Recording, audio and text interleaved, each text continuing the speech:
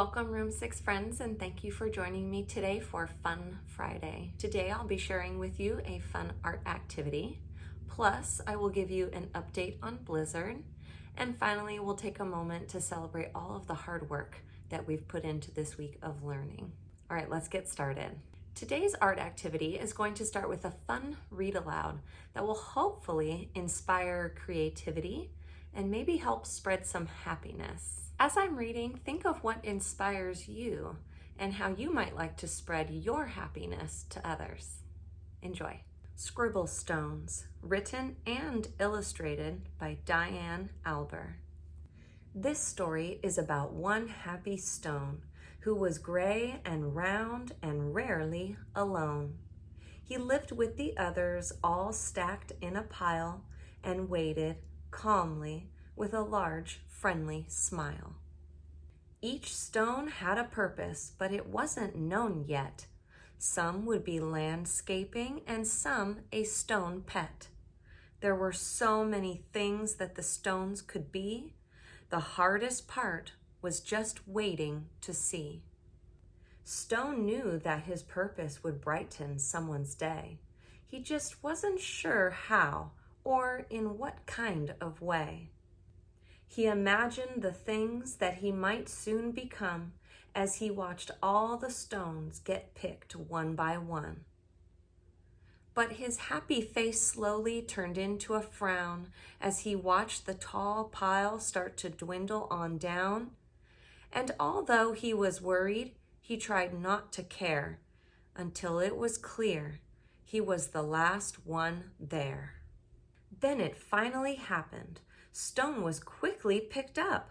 He was placed on a desk next to a very large cup.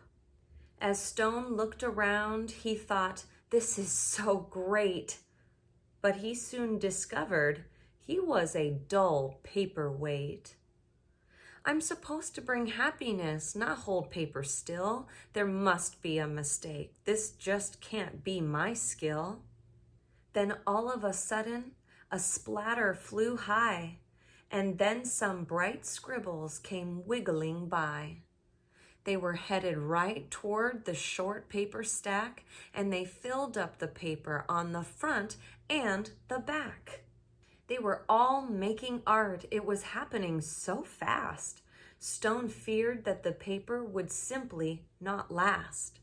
He couldn't believe just how much the pile grew. Then he heard a small cry from the fun splatter crew. "We knew that this pile was getting too tall. There is no more paper. We have used it all." The scribbles all cried. They now saw it too. "This is a disaster. Oh, what will we do?" Stone didn't want the scribbles to cry, so he thought of something that they all could try.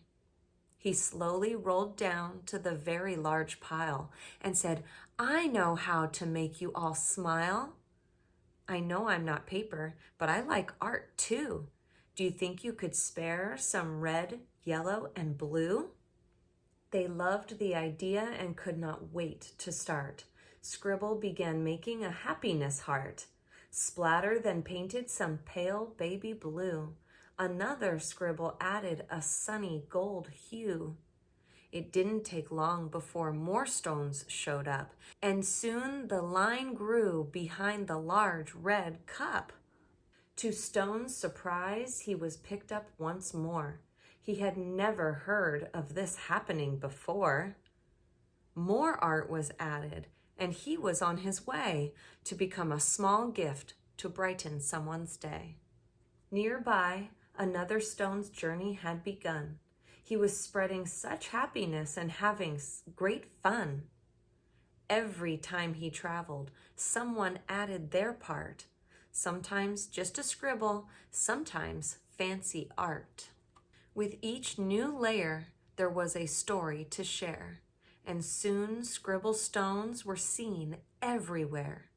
They traveled the planet. It was quite an event, bringing happiness and fun wherever they went.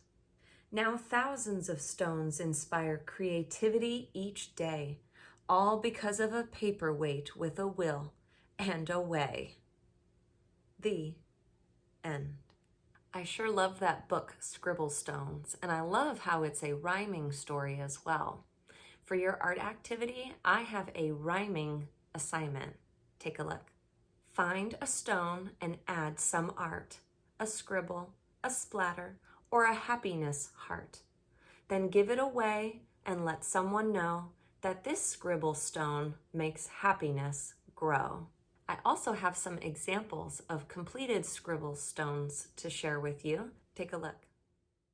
All right, next up, I have a quick Blizzard update for you. I'd like to share some photos of Blizzard enjoying her time here with Miss Perfecto.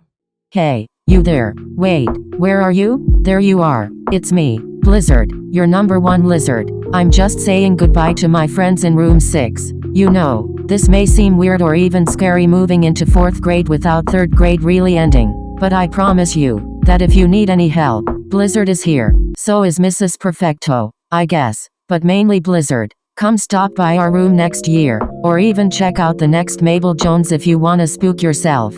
No matter what, I love you guys. I'll miss you. Bye. Room 6.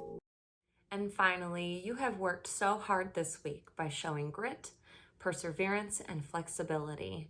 I want to thank you for taking time each day to work on your math, your reading, and your writing skills. So I want you to celebrate your hard work by having a dance party at home. This week, my family and I will be having a dance party to the song Hakuna Matata from the movie The Lion King. Did you know that Hakuna Matata means no worries? I say that all the time, no worries. So here's your to-do. In the comment section, I would love for you to share something that went well for you this week. We would love to celebrate alongside of you. Okay, and I hope you have a wonderful weekend. Bye. Air high five.